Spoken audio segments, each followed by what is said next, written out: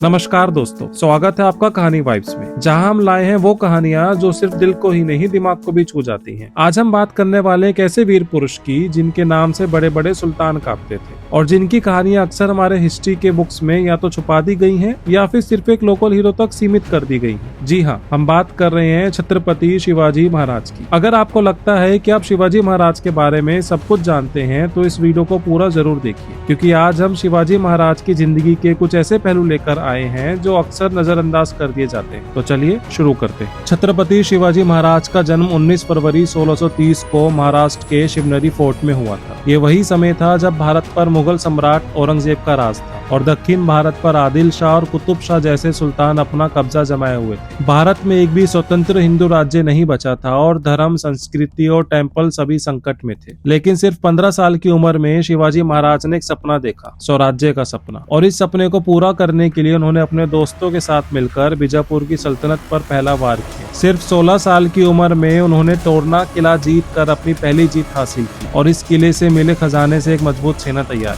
अक्सर कुछ लोग कहते हैं कि शिवाजी महाराज एक चोर या डकैत थे क्योंकि उन्होंने गोरिल्ला वॉरफेयर का इस्तेमाल किया। लेकिन दोस्तों, जब दुश्मन आपसे ज्यादा ताकतवर हो तो आपको अपना दिमाग लगाना पड़ता है। गोरिल्ला वॉरफेयर उनकी रणनीति थी जो उन्होंने मुगलों और बीजापुर की सल्तनत के खिलाफ इस्तेमाल की। जब अफजल खान जैसे मुगल सरदार को शिवाजी महाराज ने प्रतापगढ़ के किले में मारा तो सिर्फ एक विजय नहीं थी, एक संदेश था कि भारत अब जाग चुका है। अफजल खान ने शिवाजी महाराज को गले लगाने के बहाने धोखा देने की कोशिश की, लेकिन शिवाजी महाराज ने अपने वाघ नाक से उसका काम तमाम कर दिया। इस घटना के बाद अफजल खान की पूरी सेना भाग गई और शिवाजी महाराज की विजय की कहानी पूरे देश में गूंज उठी। शिवाजी महाराज की विजय की खबर जब औरंगजेब तक पहुंची तो उसने अपने मामा शाइस्ता खान को 1,50,000 की सेना के साथ शिवाजी को पकड़ने भेजा। शाइस्ता खान पुणे के लाल महल में बैठकर हिंदू मंदिरों और गांवों को तबाह कर रहा था, लेकिन शिवाजी महाराज ने एक और चाल चली। 5 अप्रैल 1663 की आधी रात को शिवाजी ने कुछ लोगों के साथ मिलकर लाल महल पर हमला कर दिया। शाइस्ता खान की 3 उंगलियां शिवाजी की तलवार के नीचे कट गईं और वो जान बचाकर भाग गया। सोचिए, 1,50,000 सेना वाले जनरल को सिर्फ कुछ लोगों ने डरा दिया। औरंगजेब का गुस्सा और बढ़ गया जब शिवाजी महाराज ने 1664 में मुगलों के सबसे अमीर शहर सूरत पर हमला किया। यह हमला कोई लूट नहीं थी,